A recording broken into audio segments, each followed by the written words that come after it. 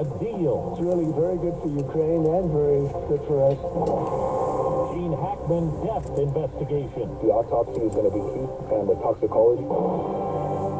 Good morning, I'm Steve Kathan. With the CBS World News Roundup, there's been new court action as the Trump administration fires off notices and fires thousands of government workers. Here's CBS's Caitlin Huey-Burns.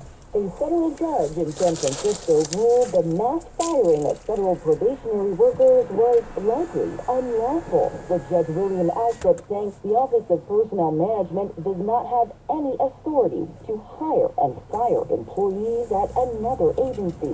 This comes as laid-off staffers of USAID exited their workplace for likely the last time. Claudia Schwartz, the mother of a 6-month-old, emerged carrying her breast pump. It was just very unexpected. Devin Bearer felt a sense of shock. The way that this was done was very dehumanizing for people. The State Department, which is now absorbing USAID, announced it eliminated nearly 6,000 USAID foreign assistance grants worth $54 billion and amounting to over a 90% reduction. Hundreds have been laid off at the National Oceanic and Atmospheric Administration, including people who do local forecasts for the National Weather Service. Estimates are about 10% of that workforce is being eliminated. Key meeting today at the White House as President Trump welcomes Ukraine's President Volodymyr Zelensky. CBS's Weijia Jiang reports it comes as Trump has now blamed Ukraine for starting the war. We're going to have a very successful peace.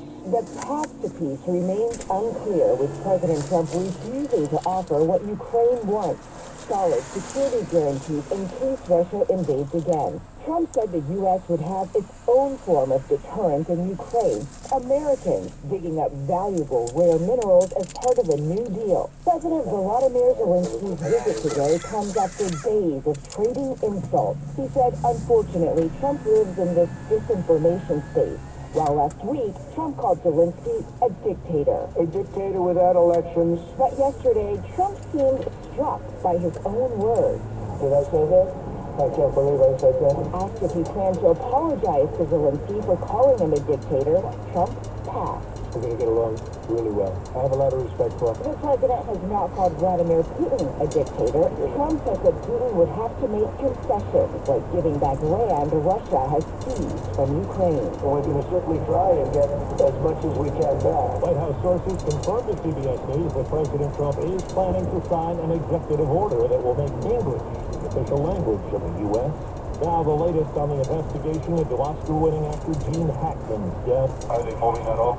No, dude, they're not moving. Just send somebody out here. That's part of the emergency call when the bodies of the 95-year-old Hackman and his wife were found at their New Mexico home by a caretaker. Sheriff Aiden Mendoza says there's no evidence of foul play, but the deaths have been labeled suspicious, and the two have been dead for some time. We're keeping everything on the table. The autopsy is going to tell us a lot, and any evidence that we collect, I haven't ruled any of that out yet. An open prescription bottle and pills were found near the body of Hackman's wife, Betsy Arakawa.